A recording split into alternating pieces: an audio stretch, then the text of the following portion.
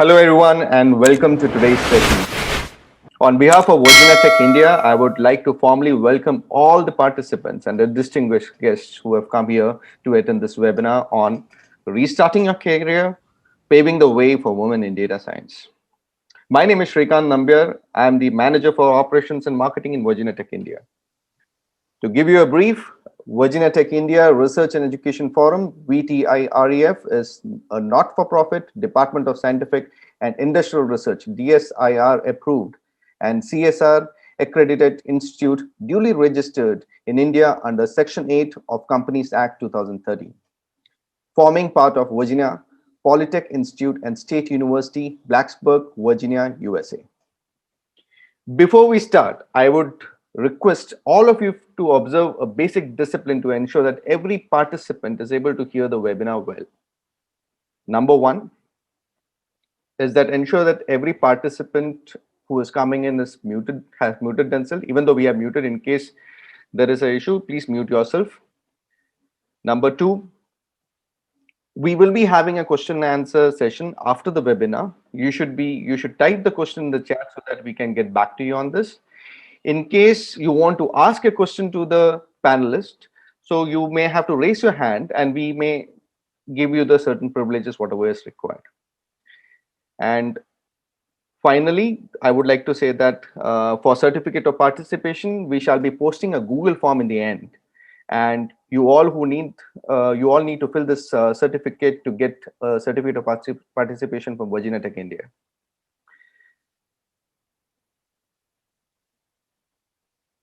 Without wasting any more time, let me take this opportunity to introduce Ms. Rangapriya Goutham, who would be taking you towards the journey of data science and AI.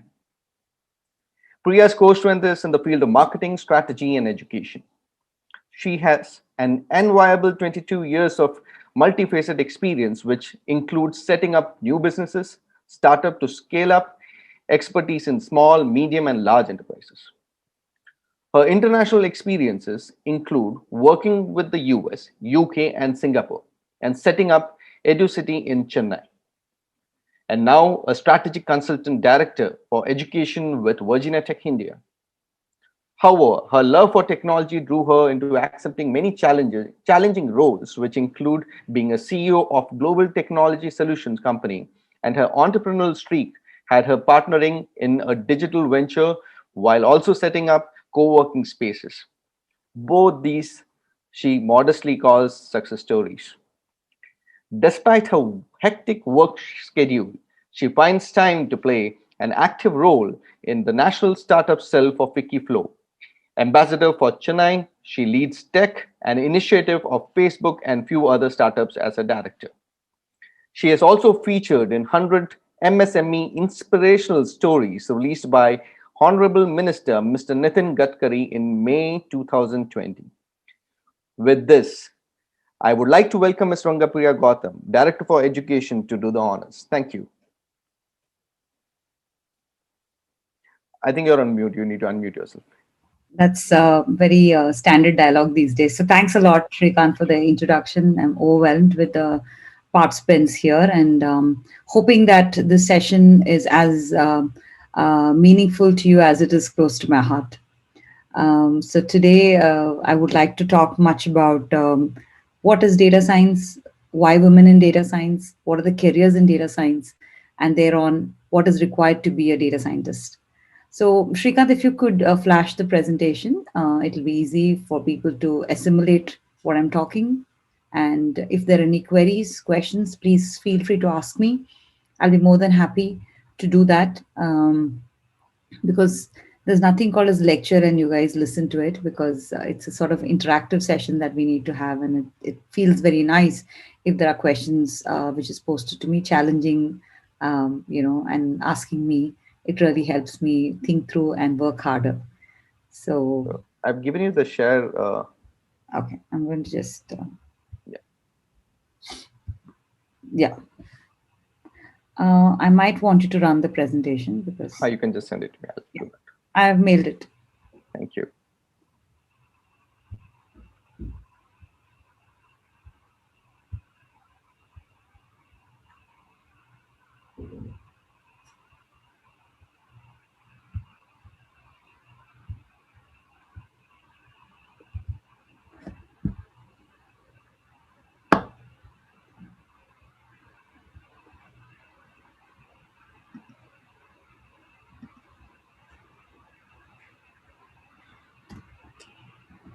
So, a lot of you who have come today for this webinar might be asking yourselves as to why, what is data science? Why do we need data science? What are the jobs in data science? And what should I do to be there? So, with these questions in mind, I'm sure you're going to get a lot of those answers out here. But if not, feel free to ask me. I'll be more than willing to help you. So, my favorite opening slide for any event is what are the disruptors in the industry? So, the chat box is open. I want to see if you're awake in this lovely evening today, but this will sort of open up those. Important senses of your mind where you're able to answer these. So the largest car company doesn't own any cars. Largest movie screen company doesn't own a theater. The largest homestay doesn't own a hotel. Largest communication company doesn't own a phone. Homegrown largest food chain industry doesn't own a restaurant. So I want you all to just send me the answers on the chat quickly so that Shrikant and me will know that you people are listening to what I'm saying, and that is a quick check on your senses.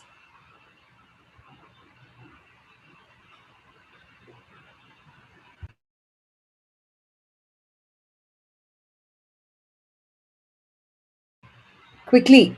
Do you want to know the largest company that doesn't own a car?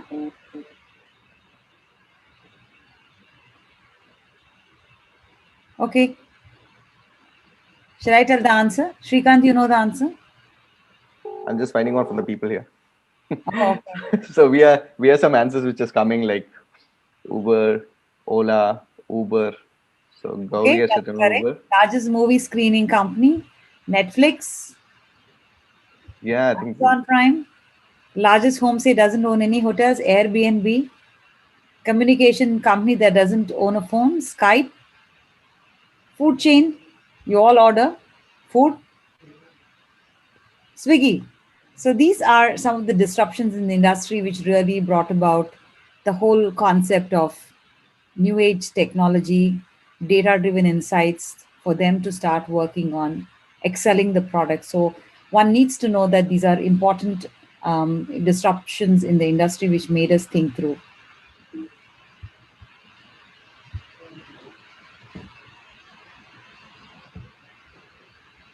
So the top 10 technology trends worldwide. So this is very important, and I feel that one should know about.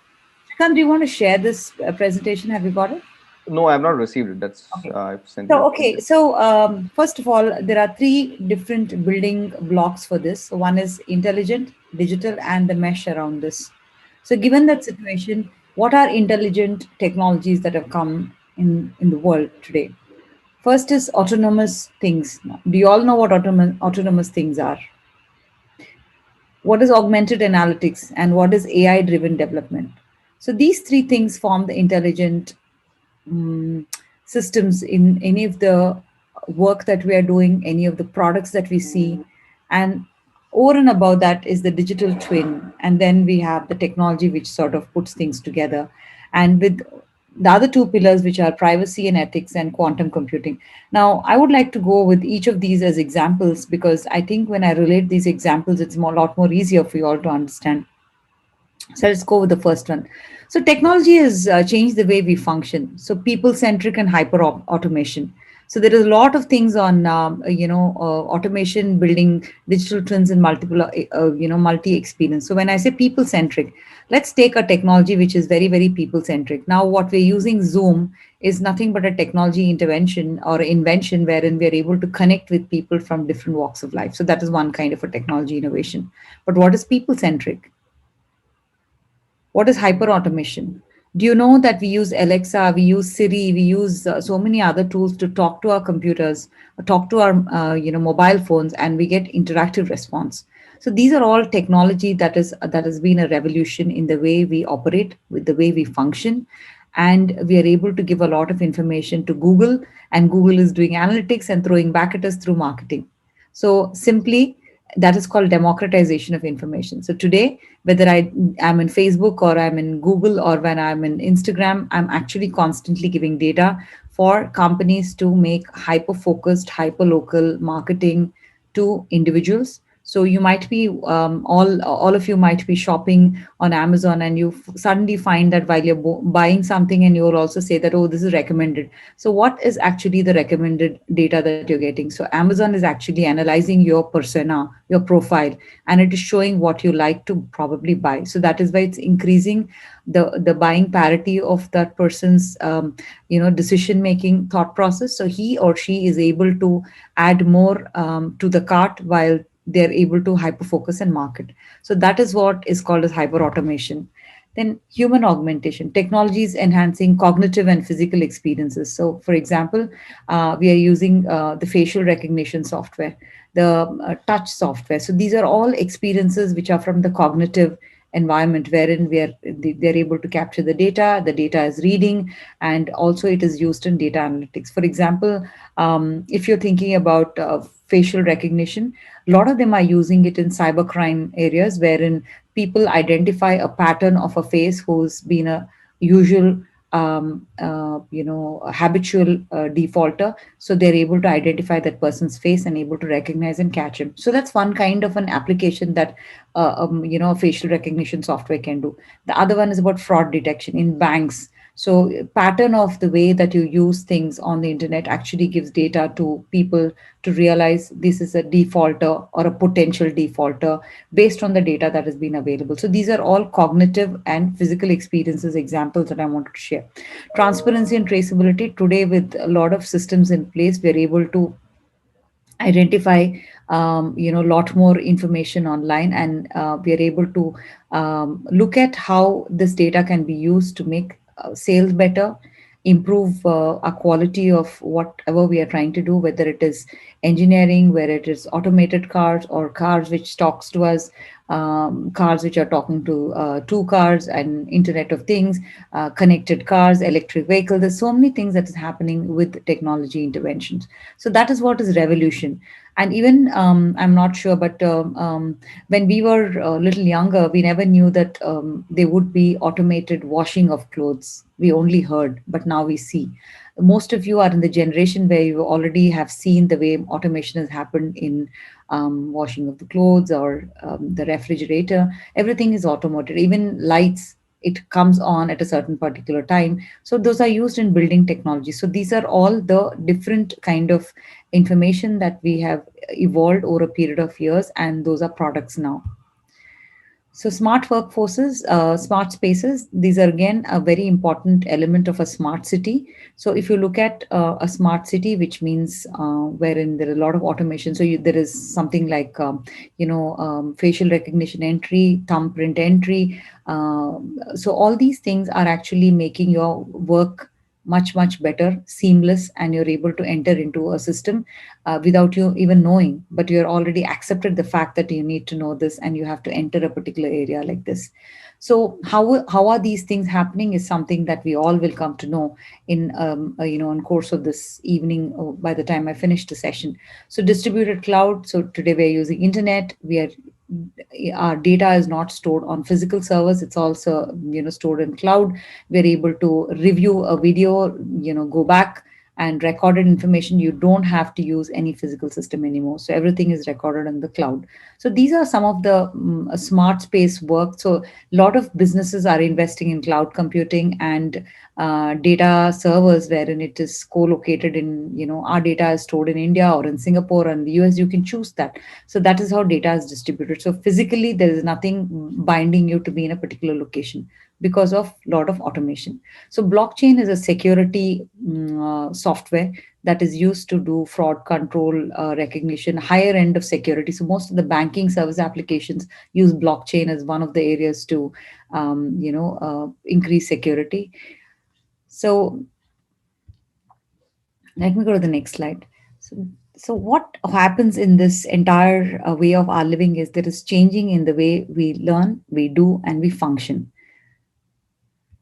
So this is my famous quote. It takes 20 years to build a reputation, but 5 minutes to ruin it. And if you think about it, you'll do things differently. And that is what has happened in the past for us to see that somebody's worked on it, somebody's discovered something, and we are enjoying.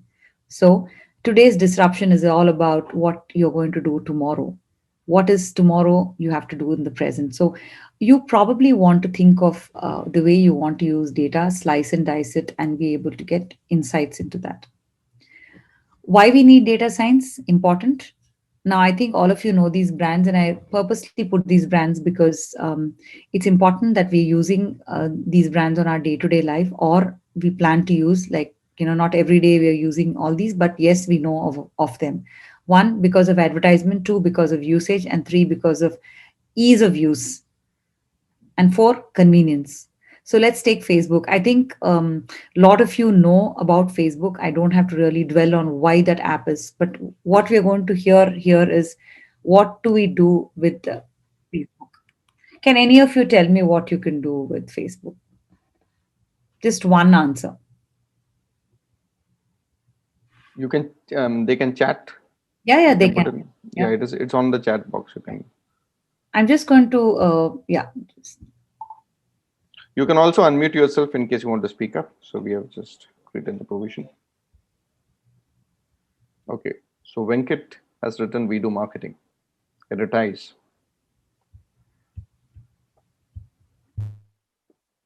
A tool for communication.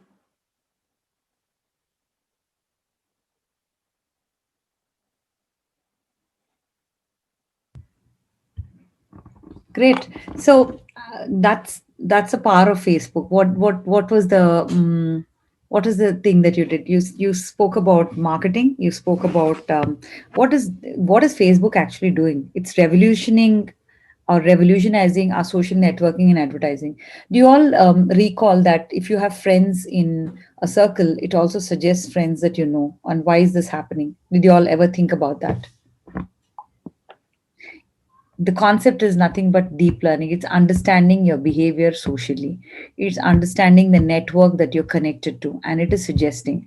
So that is the power of analytics today, that it enters into your system, it's able to identify what you need, and it is showing you that information. So the companies that are using to market any of these or any of their products are using this data to actually cull it by the age, by category, by location, by preferences, by the behavior that you're showing on Facebook. All these are analytics which are important.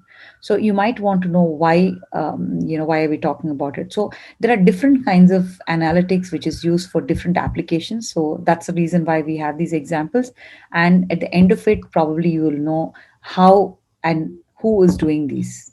So that way, you know that a lot of people get jobs in Amazon, and you'll be wondering why data in Amazon? Because it's a platform where you're selling and buying, but why is data required there? But I will tell you why you need that.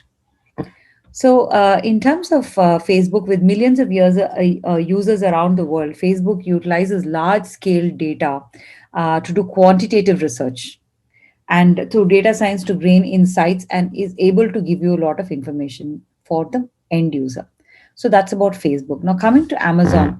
So Amazon, why is it using data in their business? So Amazon is actually improving the e-commerce experience. Like I mentioned, it is able to actually, it uses a huge amount of predictive analytics. Predictive means it's predicting. So based on the usage that one has in Amazon, it's predicting what could be the next product that I can bring.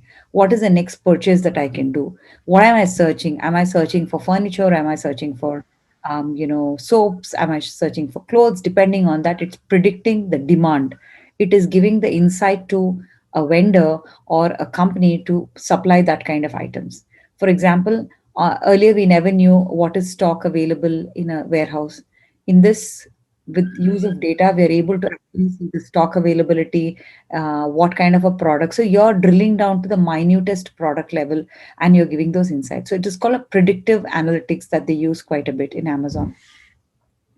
So typically, the Amazon has got an engine which is running inside the system, which is constantly throwing data on who's looking for data, what is a data inspection, feature identification, then modeling. Where are they modeling? Who are the people who are looking for this? What is the age group, and which is the location? So all these drill down version of data has been given, and that is being put in a big data. So Amazon is not small data, but it is using big data. So an example of big data which you can clearly see is Amazon.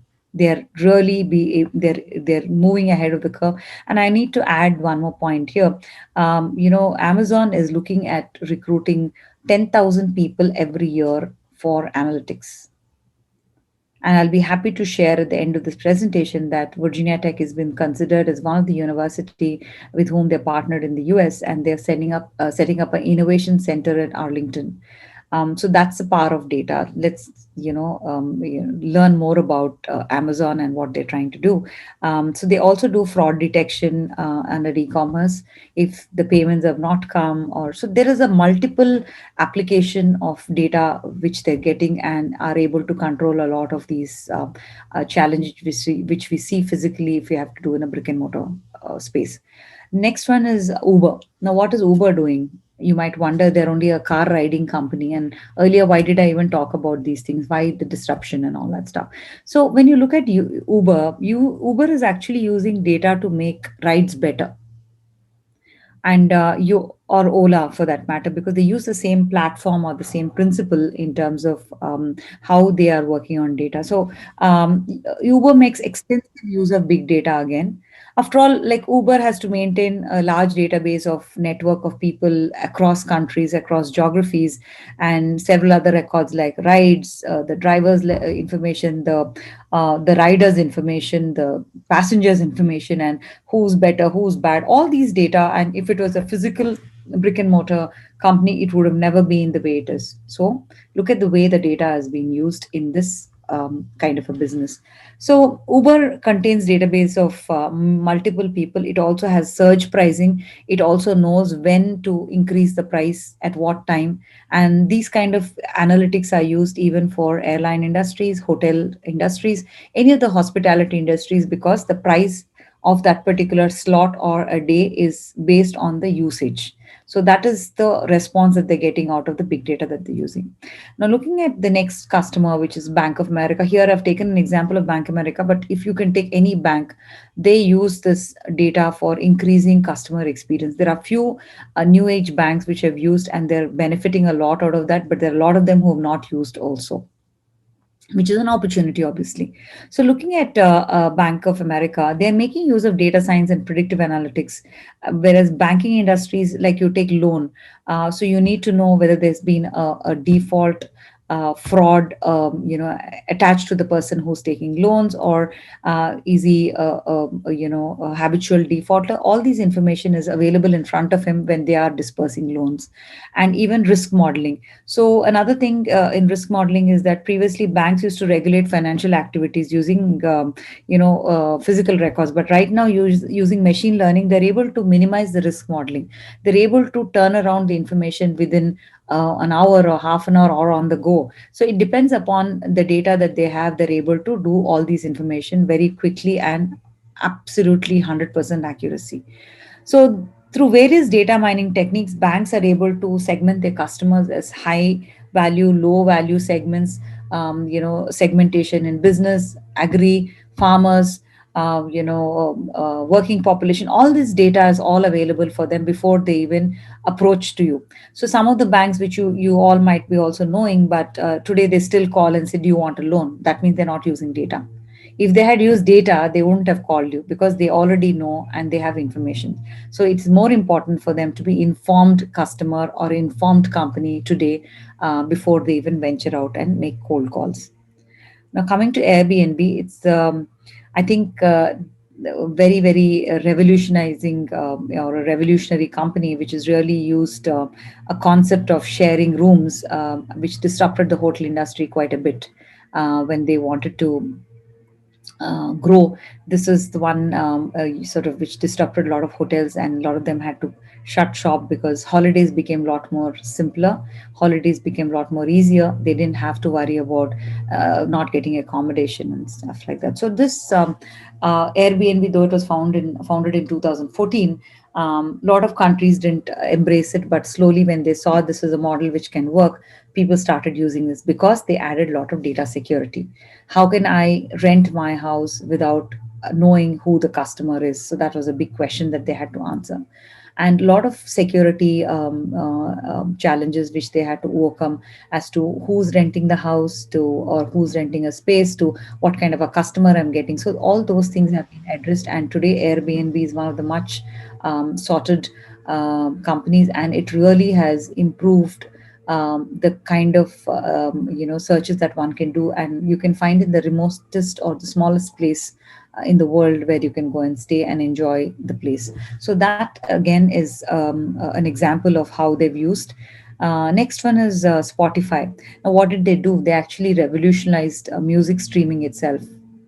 There are many I don't know, again, I keep saying I don't know, but yeah. So when I was young, I had this record player, then I had a Walkman, then I had a iPod, and and recently I'm on Spotify. Why? Because I don't have storage devices anymore, but I have music preferences, the kind of music that I want to listen to, all available for me online, and I really don't need to worry about carrying those heavy gadgets.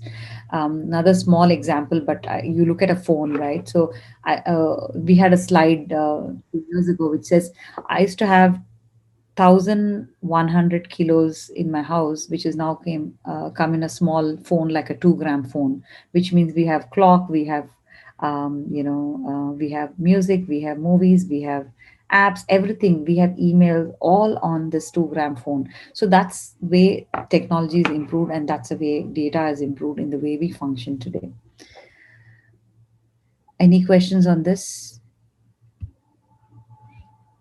So what does it comprise? So basically, what is data science?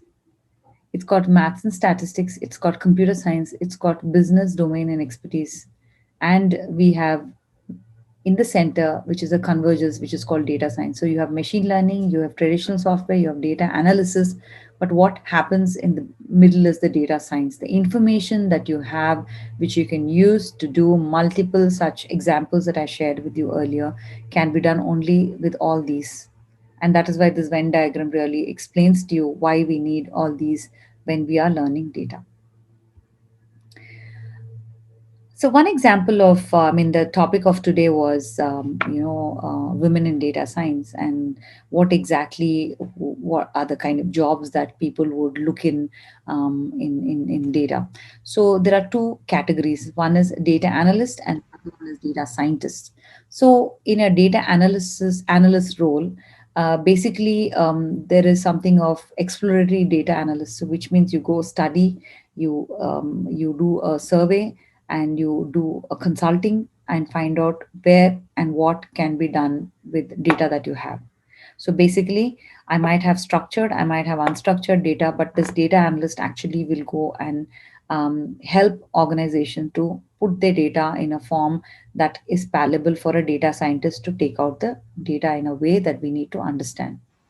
So, data science is an interdisciplinary field that uses scientific methods, process, algorithms, and systems to extract knowledge and insights from structured and unstructured data. Then, data science is used to make decisions. So, a scientist actually does take the data, and then he makes predictive, causal, perspective analytics, so that a common man can understand this data, which is more palatable. So the end products is what is Uber or Airbnb. So these are all done behind the scene, and then we see end products there. So predictive.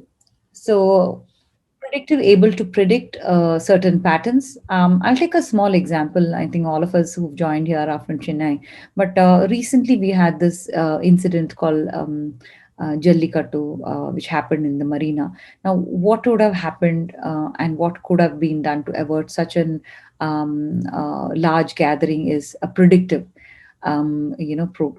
predictive analytics there. So if we had the ability to see how the social media was actually gearing for people to join for an event such as that, we would have easily been able to predict that there is something that's happening, and we would have given alerts to the respective intelligence bodies so that a particular event can be avoided. For example, there's another one, like you see the feeds of cameras that is there all across the country, and even in airports. When you identify a particular object not being touched or moved or nothing, the camera captures, and it's actually giving in data to the security personnel saying that there's something that's happening there, you might want to go and diffuse that. So those are predictive sort of information that is based on deep learning, that's taking pictures and it is giving. There are multiple examples of predictive. It is not just images, it can also be pattern, it can also be data, like an example is a payment history, what has happened in the past. This person is not paid in so many areas, that data is available, so he's not going to get a loan very easily. So those are some of the data that's been used for decision by a customer or an organization or a particular company which wants to disperse certain things. Next comes prescriptive. So it predicts and prescribes on action to be taken. So we can give this prescriptive data to organizations so that they are able to embed that particular data into their product. For example, here I've shown is Google self-driving car. So the self-driving cars are actually fed in information about when to turn, where is the speed breaker, etc., etc., so that the product, which is the car, recognizes these and behaves accordingly and stalls or slows down. So this is a prescriptive data which is used for automation or autonomous vehicles. So these are things that is used as data there. The third concept is machine learning. Now, machine learning is supervised learning. It's all about the pattern or hidden pattern, or you need to sort of understand that there is, you're teaching the machine to do perform a particular task repeatedly so that the machine learns and it's able to do the work that a human being is actually doing it. So for example, let's take a bot. So when you order things on Swiggy or in Zomato or in Dunzo, first thing is that you are not getting to a delivery to the help desk immediately, because the machine is learning from the question that you're typing and it is giving you answers. So the over a period of time, the machine has been taught that these are the questions that an individual would have, and hence you need to answer that in a particular fashion. So, thus making it a lot more simpler for an end user and also easier for the company not to have so many human elements, but a machine can do a part of it. That does not mean jobs are not available, but it means that it is faster. So, those are the kind of places where we use data. So, another example of different applications using data science, I really thought I should put this slide here because most of us know and take it for granted that these are the places that we already have information and we do, but actually, there's a lot of work that goes behind that. For example, the e commerce industry heavily relies on data, heavily meaning it cannot survive without that. So it sort of identifies consumer, recommending products, analyzing reviews, feedback, customer satisfaction. All that is a part of the e-commerce bandwagon. Now, coming to healthcare, um, this is an example of democratization of information. For example, medical imaging analysis. So, based on a certain kind of prediction or the scan reports that we get, and with deep learning and machine learning, a machine can predict a pattern of a lesion in a brain or a particular, kind of a mass that you see, and it is able to give data to the medical specialist and say, okay, this could probably be there. Ultimately, the doctor will still check that and say, yes, it is confirmed.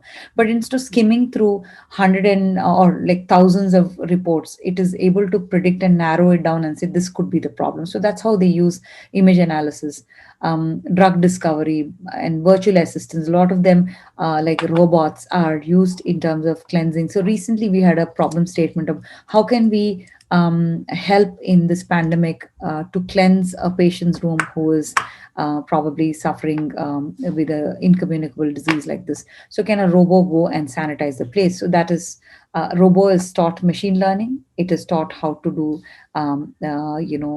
cleansing of the system. It is programmed in a way it goes and it does, and periodically it can do every 1 hour. So these are all used in the area where it can enhance the ability to do something which a human cannot do. So that is where we can use data. The next one is manufacturing. Hugely, a lot of companies are depending on data science and data analytics to improve their product line. Automating a lot of manufacturing units, like the process itself is automated. So there's scheduling, there is process that has already been mapped. So everything is done by the book and by the way the SOP is done.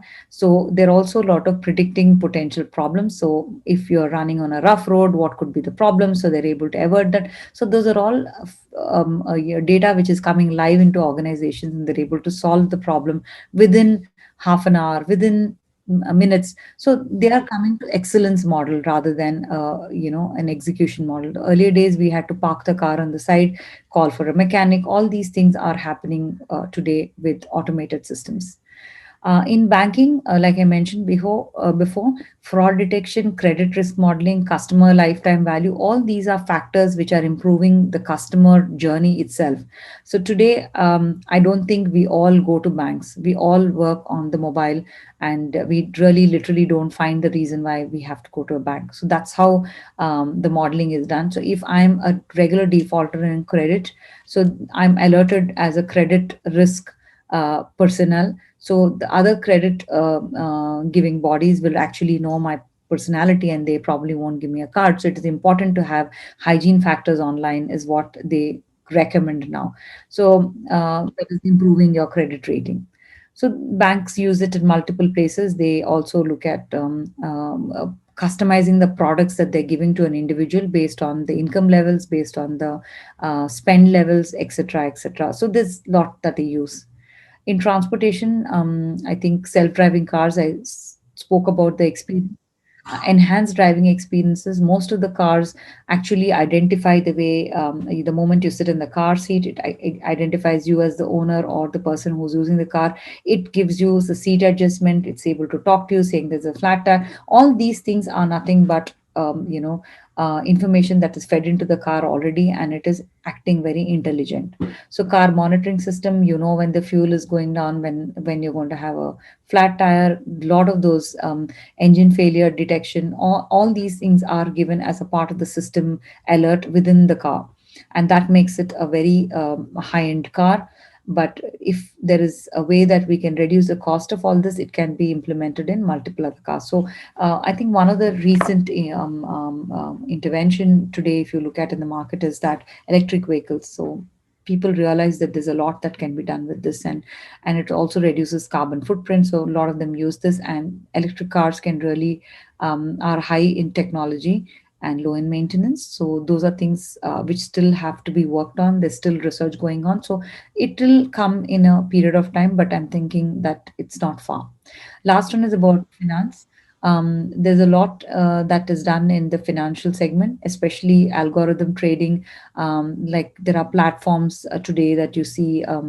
I think the latest, all the online brokering platforms are all algorithm training. So it is giving you data. You can monitor, you can profile them, you can watch them, and based on what data is coming in, you can make a decision to buy a particular share, a share of an organization. Again, customer segmentation. There are different kinds of people doing different kinds of spends. So it segments, and it's able to give the data exactly to the customer's need. So these are some of the places where they use in our day-to-day life, and I thought it's important that I need to mention about this. Market trends in terms of salaries. If you look at this is again a prediction, from obviously a dollar earning country, but yeah, if you translate that, the data scientists, data analysts, the salaries are really, really very, very high as you keep moving up the value chain. So typically, if you are considering to learn any course anywhere, these are some of the topics that you need to know and understand. That if you do all these things, it's sort of a course that you should think about. So Python statistics, R statistics, data using R, Python and data, AI and deep learning with TensorFlow, Tableau is for visualization tools, Apache. So these are all different topics that you one needs to know, which is whenever you are trying to learn anywhere. So look at all these topics that you would be taught before you jump into any course. Future competencies in the market, people, the way organizations are looking at individuals is that there is definitely a merit in having a data analytics team, which can really help cut across different verticals in their organization. So companies are now realizing company success is built on people and analytics, and with that they can really have intangible theory based decisions and not just prediction. So it's very important that any company which is old or new or futuristic needs to have a team of business intelligence which really gives insights into whatever they're trying to do, whether it is sales, whether it is finance, whether it is human resources, whether it is learning and development. Everywhere we are all using analytics to predict the models. One thing I believe in, and I think all of you should learn is you have to continuously innovate and process. So it's CIP in short, continuous innovative process. It's in your mind, it's in the way you do things. If you don't innovate, you'll be left behind. And if you don't process the information that you get, again, you know, you're not there. So it is always important that you continuously learn, innovate, and process information. If you're looking at career of the future, this is a data which is obviously done last year. I don't have the current data, but it definitely is increased. So the data science and analytics landscape, as you see, by 2020, that is last year, the openings is 15%. So, but I am already aware that it is more than this. So the demand for both data scientists and engineers are growing. Earlier, it was just just engineers, but today it is data engineers. So that means it's a step ahead. And every day, the jobs are increasing in the market because more and more that we use technology, the more and more data that we get. So be aware that one day data is going to take over us. So some of the things which typically you should look for, and as I mentioned, the topic is women in data science. These are some things that you can consider. uh, is One is that physically you don't have to be in a work environment, but you can actually work remotely from anywhere. And these are some of the jobs that you can consider in future. IT system analysts, healthcare data analysts, operational analysts. So domain knowledge is something that you already would have, but how would you become a scientist over and above that is when you have to learn the subject to be able to use that data, domain knowledge and technology. So data is already there, domain is something that you know, you use the technology that is required and disseminate the knowledge that you gain to make informed decisions. So these are four pillars that we concentrate on as a university, because you can be anybody or anything, but you need to know these four pillars for you to be a data analyst or a business analyst. So, so piecing your career puzzle. So, um, women are the key piece to a puzzle of realizing the highest maturity level of digital enterprises. So, one is that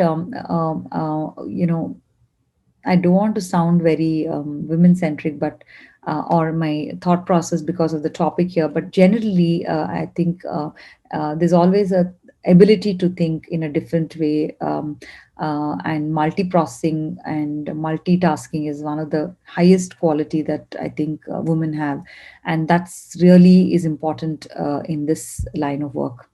First. Um, we also are um, what's a better word to use, till we realize this, our process in AI and technology will remain stagnant if we do not really understand where you can fit in, what role you can take in an organization, and how you can penetrate into any of these domains.